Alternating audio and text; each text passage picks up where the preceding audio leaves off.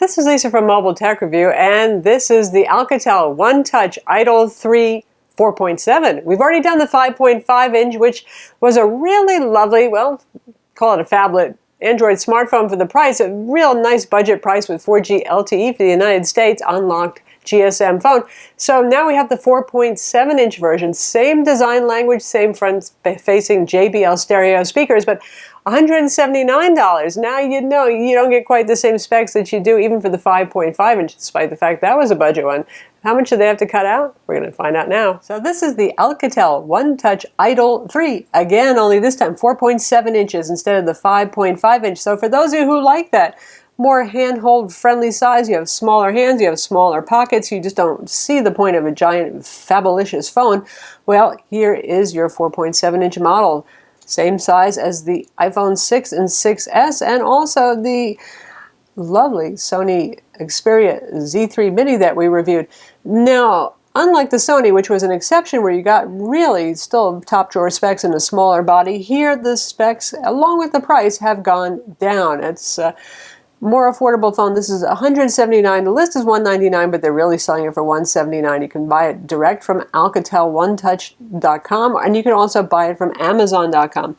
The styling is, however, the same as the 5.5 inch, and that's not a bad thing because it's a very thin, very attractive phone. I like this kind of, they call it a threaded background. It's kind of like, it's plastic, but it's matte. It looks like an, I don't know how to put it, a more complex, tasteful kind of material. Of course, you got the little flashy Idol logo going on there. It's an unlocked GSM phone, so there is no carrier branding. This will work on GSM carriers. That means T-Mobile and AT&T for the big name among the big four, not Verizon or Sprint. It doesn't have CDMA radios, which is what Sprint and Verizon use. Smaller GSM carriers, also, it's a go as well. And yes, T-Mobile folks, it has band 12.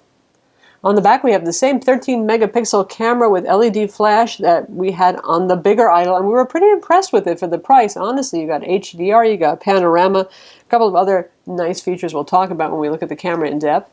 On the side here, we have a power button, no surprise there, and you need one of the little pokey tools to pull out this drawer, which holds both your SIM card and a micro SD card. So this is one of those phones that's becoming more common now where they use one carrier for both, one card carrier that is, so they can make them thinner and smaller. So likely you're probably not going to be pulling that SD card out a lot. Of course, you can plug in a USB cable. We got the standard USB, micro USB at the bottom there, and use a desktop to get to your files that way too with the USB cable that's included. This side has the volume control, and that's about it. Up front we have, again, front-facing stereo JBL speakers. Loud little bugger, although oddly in calls, voice sounded a little bit muffled through the earpiece now. This is the reversible kind of phone, so you can even hold it upside down if you want. So I thought that was just a slightly odd there. Maybe they're just attenuating a little too much. Up top is the headphone jack. And we have a 5 megapixel camera on the front. Wide angle lens for you selfie types who want to bring in your buddies. It's not a bad camera, as you might imagine. The megapixels aren't everything, but it's a pretty decent camera. And again, it's all pretty much the same stuff that you get on the 5.5 inch Idol 3 that we've already reviewed.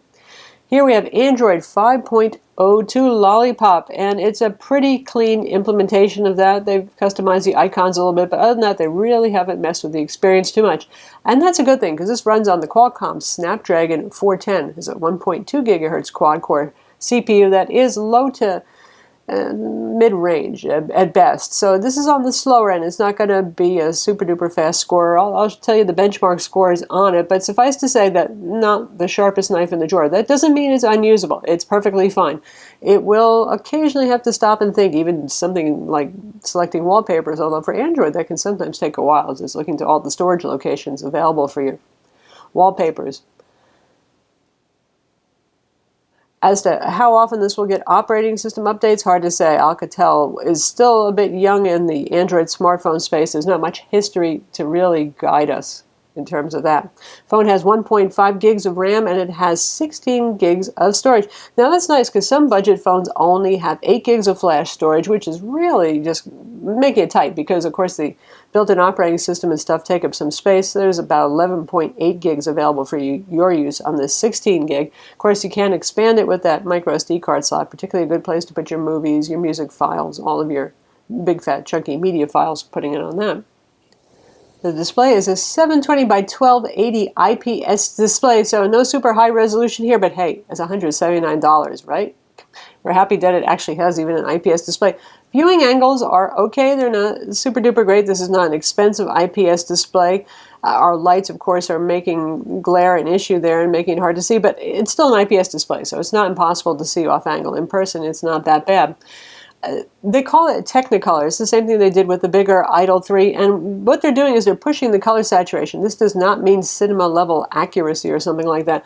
Some colors actually are a little oversaturated, particularly magentas, and the rocks are a little bit too, well, magenta-y over here. And the color bias is towards the cool, which I know a lot of people are used to at this point because a lot of laptops ship that way and so do phones, so it's a pretty common thing.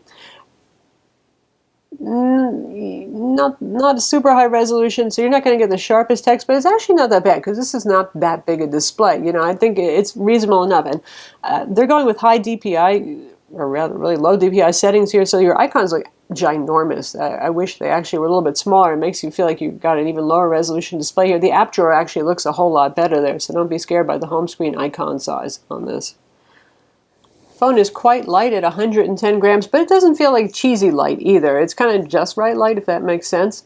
So inside, like I said, we have NFC. We have single band Wi-Fi, 802.11n, no dual band, no Wi-Fi AC. We have Bluetooth 4.0 and the usual GPS with assisted GPS inside.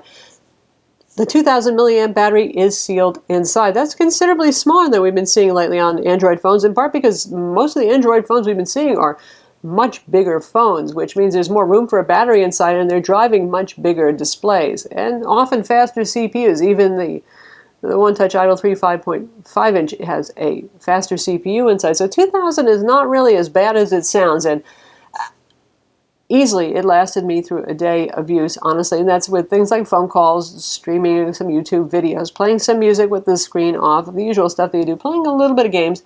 Not the fastest CPU out there. It's great for casual games, though, and even big commercial games like Asphalt 8 are optimized to run on just about anything, so you can have a passable experience there.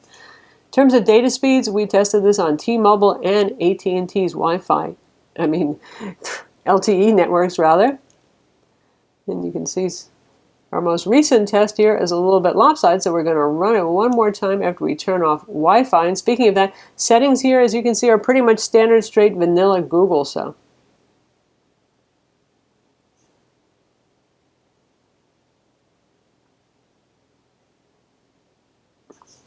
call quality on the phone was okay. As I mentioned, the earpiece sounds a little bit muffled, which is surprising. Let's put it that way. Given how good the speakers sound, we'll play a video and some music in a minute so you can hear them. Reception is par for the course. It's similar to any carrier-branded phone that we've used on T-Mobile and AT&T's network here in the Dallas Metroplex. Data speeds, as you're seeing right here, for our area, right now we have an AT&T SIM, and that is just not that impressive. We often see like 45 megabit per second for download speeds. So in part, carriers do detect devices and optimize sometimes for them when they detect the device on the network, but it's not super duper for LTE speeds. For those of you who want to know exactly what LTE bands are inside, and yes, this should work overseas, though you may not get LTE in all locations across the world because this isn't the most comprehensive list of bands I've ever seen, but you do get 2, 4, 5, 7, 12, and 17. So you get the core bands for the United States there, mostly. In terms of benchmark numbers, for those of you who are interested in that, quadrant 12,761 on Tutu 22,293. These numbers are about 1/3 of what we would see on a flagship or higher end Android phone that's current. But if you're coming from a phone that's 3 years old, actually, these numbers will be about the same if that is a flagship phone from 3 years ago. If it was just a mid-range phone, it will actually be faster. That's how quickly these things are still improving. Geekbench 3, 468 single-core, 1400 multi-core. 3D Mark Ice Storm Unlimited, 4,351. So again, about 1/3 of the fastest phone that you can buy right now in Android land. The speakers on this little guy are raucously loud. The phone is at about, let's see where the volume is right now. Right around halfway mark. I got a max.